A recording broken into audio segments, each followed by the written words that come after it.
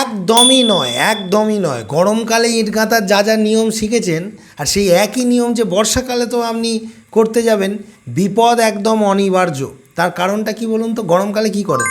সকাল সকাল ইট ভেজাতে আরম্ভ করে দেন, আগে থেকে ইট ভেজাতে আরম্ভ করে দেন, কিন্তু ওই যে অত যে ইটগুলো ভিজিয়ে ভিজিয়ে রাখেন, কারণ সেই সময় ওয়েদার কি করে, এতটাই মানে হট থাকে যে ইট যদি আমার শুকনো থাকে, তার উপর যখন হঠাৎ করে মশলা দিচ্ছেন, ভিজে মশলা থেকে সে জল টেনে নেয়। তাই সেখানে কিন্তু ইটকে ভিজিয়ে রাখা বা এই বিষয়গুলোর উপর গুরুত্ব দিতে বলা হতো।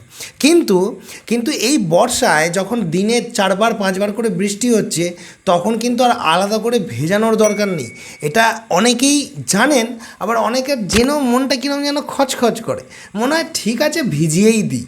কিন্তু এই অতিরিক্ত ভিজে থাকার ফলে একটা মস্ত বড় ক্ষতি হয়ে যাচ্ছে। কী ক্ষতি বলুন তো? যখন মিস্ত্রিরা ইটের দেয়ালগুলো গাঁথছে, তখন দেখা যাচ্ছে এই কীরকম যেন সেই সেই পাতলা গুড়ের মতো, যেরকম যেন যেন গলে গলে ধুয়ে ধুয়ে পড়ছে। বেশিরভাগ গাঁথনি আপনারা একটু মিলিয়ে দেখুন তো, যাদের যাদের গাঁথনি এখন চলছে, একবার গিয়ে কালকে সকালবেলা কিংবা আজকে রাত্রিবেলায় টর্চ নিয়ে গিয়ে একবার দেখে আসুন, অবশ্যই সাপ খোপ দেখে যাবেন। হ্যাঁ, যাই হোক, জোকস অ্যাপার্ট। তো যে এরকম ঝোল বেরিয়ে পড়ার মতো মশলা জয়েন্টেপ হয়েছে কি না, যদি সেটা হয় তাহলে কিন্তু সাবধান, সে গাঁথনিগুলো টিকবে না। আমি বারবার বলছি, মশলা ততটা হার্ড থাকা দরকার, যখন আমি কর্নিকে করে বা আঙুলে করে চেপে দিলে সে যেন তার শেপে বজায় থাকে, অর্থাৎ যেমন আমি করে দিয়েছি তেমনই থাকে, যেন গড়িয়ে চলে পড়ে যায় না। কেন হয়? বালি ভিজে, বালিতে জল আছে। তারপর যে লেবার, যে বাচ্চা ছেলেটা যে মশলাটা মাখতে হয়েছে, যে নতুন কাজ করছে, যা কনস্ট্রাকশান লাইনে সেরকম অভিজ্ঞতা নেই, সে গরমকালেও ঠিক যত বালতি জল দিত, সে তো বলে দাদা আমি 1 বস্তা সিমেন্টে এত টিন বালিতে এতটা জল দিই, আমি তো আগের বছরে তাই করেছিলাম গরমের সময়। এখন বর্ষার সময় সে তো জানে না যে বালিটা ভিজে, তাতে জলটা কম দিতে হবে, মশলাটা মাখার সময় সেইটা খেয়াল রাখতে হবে, যাতে বেশি জল হলেই কী হবে, মশলাটা খুব অনেকে তো দেখেছি মশলাটাকে একদম দইয়ের মতো পাতলা করে ফেলে। বাড়ি নির্মাণ করতে এসেছি, দই বানাতে আসেনি। একটা জিনিস সবসময় জেনে রাখবেন, ওই মশলাটা যদি মানে একদম মানে খুব মানে গলে যায়, তাহলে কিন্তু ওই গাঁথনিগুলো দেখবেন সেই যেন খসে খসে পড়ছে, মশলা ধুয়ে ধুয়ে পড়ছে।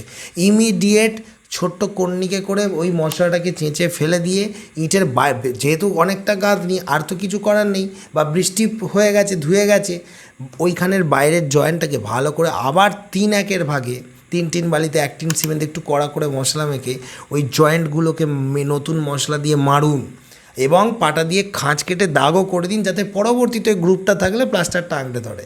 তাহলে কি হবে, ওই যে ইঁটটা মশলার উপর বসানো ছিল, তার দুদিকটা যে খেয়ে গলে পড়ে যাচ্ছিল, সেটা আবার রিপেয়ার হয়ে যাবে।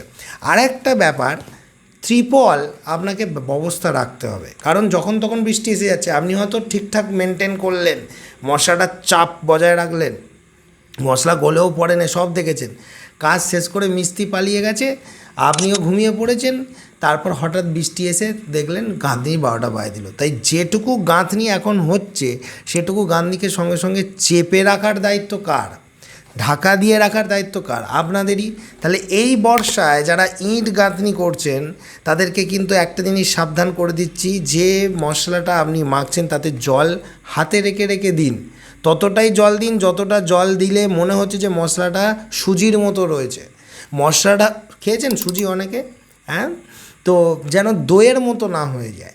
এবার বাংলা ভাষায় খুব সুন্দর উদাহরণ দিয়ে বোঝাচ্ছি, অনেকে নিতে পারছেন, অনেকে নিতে পারছেন না। কেন নিতে পারছেন না? উনি বাংলায় বলছেন, আবার সুজি দই এইসবের উদাহরণ দিচ্ছেন। যারা নিতে পারছেন না, যান গিয়ে ঘুমিয়ে যান।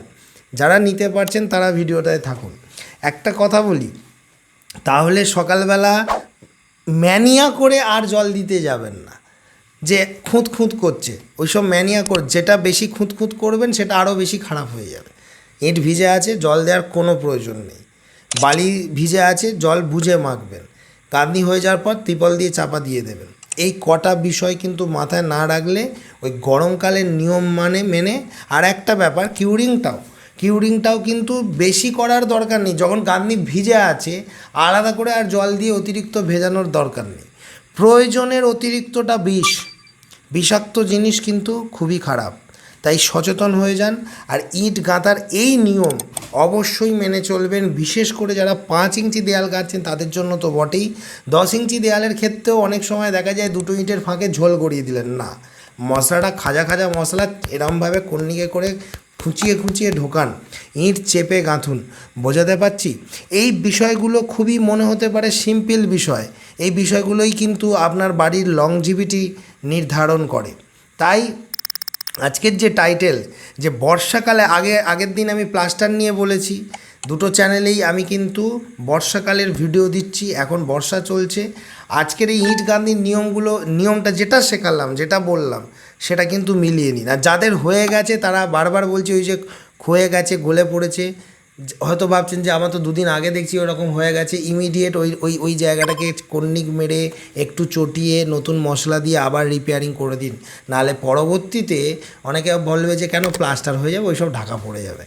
আরে ভাই, ওই জায়গা দিয়ে জল রসে রসে এই যে দেয়ালগুলোতে যেমন ছবিতে দেখছেন রসে যাচ্ছে, প্লাস্টার আটকাতে পারবে না। ঠিক আছে, সচেতন থাকুন। দেখা হবে পরের ভিডিওতে, ছোট্ট ভিডিও কিন্তু খুব ইনফরমেটিভ। কেমন লাগলো জানাবেন। বাই, ভালো থাকবেন।